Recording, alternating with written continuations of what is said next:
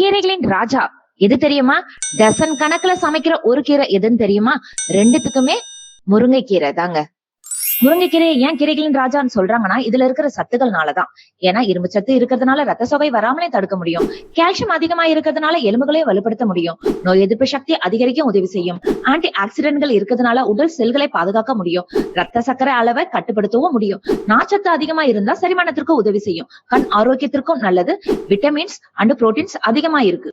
இத டசன் கணக்குல சமைக்கிற ரெசிபி அப்படின்னு பார்த்தனா முருங்கைக்கீரை சாம்பார், முருங்கைக்கீரை காரக்குழம்பு, முருங்கைக்கீரை பருப்பு, முருங்கைக்கீரை பொரியல், முருங்கைக்கீரை ஆம்லெட், முருங்கைக்கீரை அடை, முருங்கைக்கீரை வடை, முருங்கைக்கீரை தோசை, முருங்கைக்கீரை சாதம், முருங்கைக்கீரை சூப்பு, முருங்கைக்கீரை ரசம். முருங்கைக்கீரைய வாரத்துக்கு 2 இல்ல 3 முறை சேர்த்து ஆரோக்கியத்தை உங்க கையில எடுத்துக்குங்க. இது போன்ற ஆரோக்கிய தகவலுக்கு எங்க சேனலை பின்தொடருங்கள். முருங்கைக்கீரையை நீங்க உணவுல சேர்க்க ஆரம்பிச்சீங்கன்னா உங்க உடம்பே உங்களுக்கு நன்றி சொல்லும். உங்களுக்கு பிடிச்ச ரெசிபி எதுன்றது எங்களுக்கு கமெண்ட்ல சொல்லுங்க. நன்றி.